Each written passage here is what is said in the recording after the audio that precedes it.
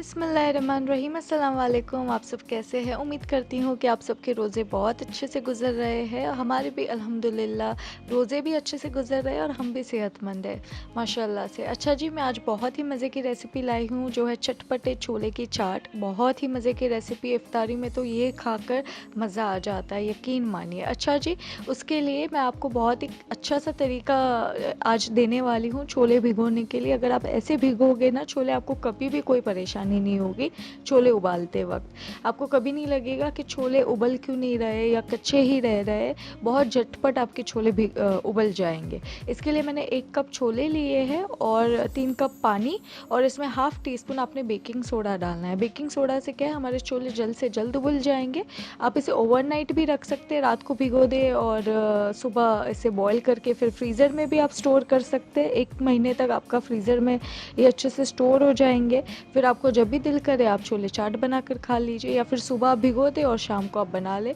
इसके लिए मैंने हाफ़ प्याज ली है जिसको बारीक सा चॉप किया है, 1 हरी मिर्च ली है और 2 से 3 टेबलस्पून धनिया लिया है कट करके, वो हम गार्निशिंग में यूज़ करेंगे।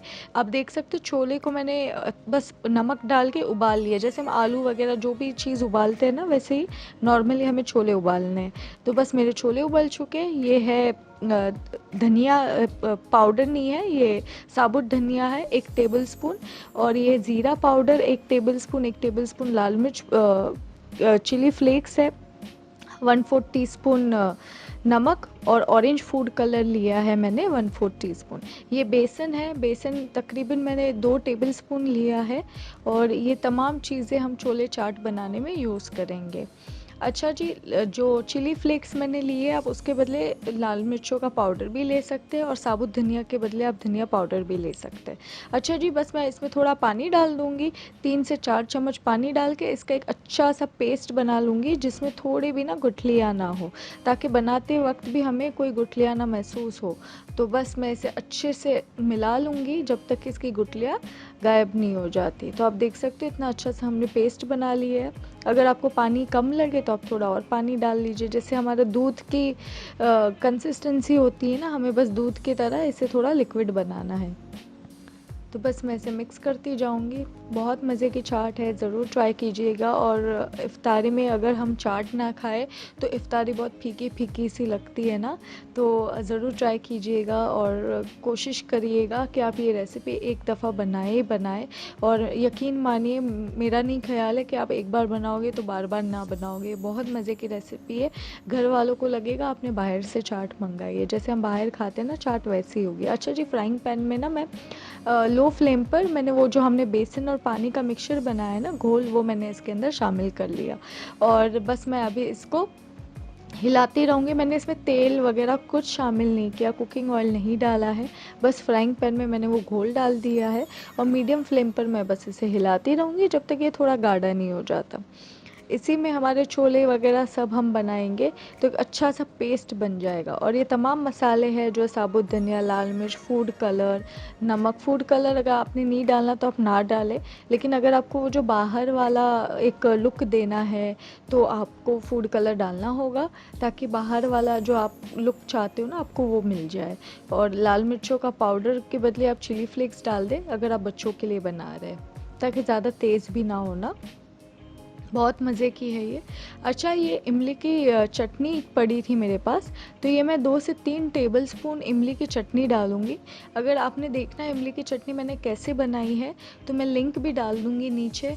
और ये मैंने रेसिपी शेयर की हुई है, इमली की चटनी, खट्टी मीठी इमली की चटनी के नाम से, और मैं लिंक भी डाल दूँगी। ज़रूर बनाइएगा, बहुत टेस्टी चटनी है। पकोड़ों के साथ, बारबेक्यू के साथ भी आप खा सकते हैं।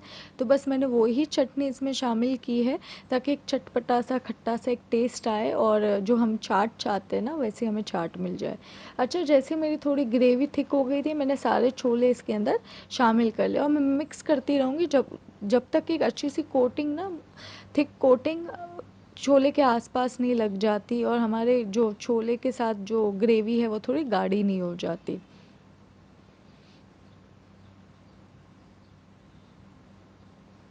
ये मैं ऊपर से थोड़ा सा चाट मसाला पाउडर डाल रही हूँ, और ज़ीरा पाउडर भी डाल दें आप ऊपर से अगर आपका दिल करे तो, उसकी भी एक अच्छी सी खुशबू होती है।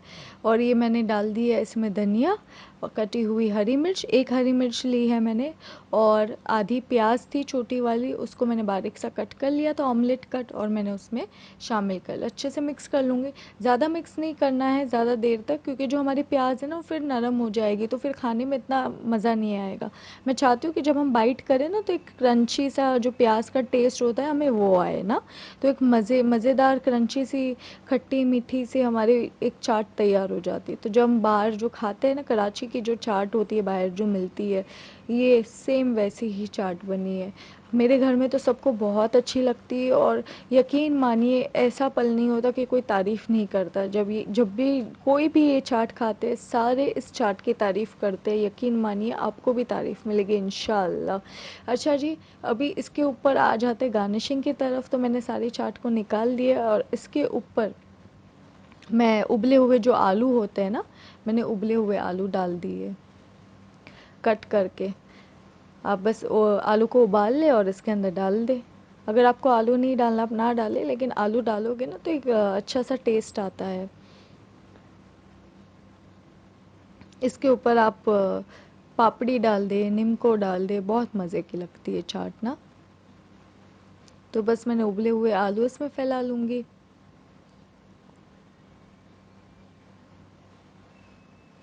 आप देख सकते हो कितना हसीन कलर आया है, इतना मज़े का लगता है ना। ये येलो येलो कलर जो आता है, गोल्डन कलर, इतना प्यारा लगता है देखने में, इतना अच्छा लगता है। अच्छा जी, इसके ऊपर मैंने दही ले लिया है, आधा कप। आप तकरीबन 3 से 4 टेबलस्पून दही डालिएगा। अच्छे से मैंने दही को फेंट लिया था, गाढ़ा कर लिया था, अच्छे से क्रीम की तरह दही को फेंट लो, और उसके ऊपर मैं दही डाल दूँगी।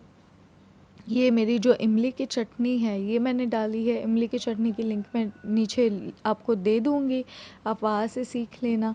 बहुत मज़े की चटनी है, यकीन मानिए बहुत मज़े की लगती है चटनी ना। अगर आपके पास हरी चटनी है आप वो हरी चटनी भी इसके ऊपर डाल सकते हैं।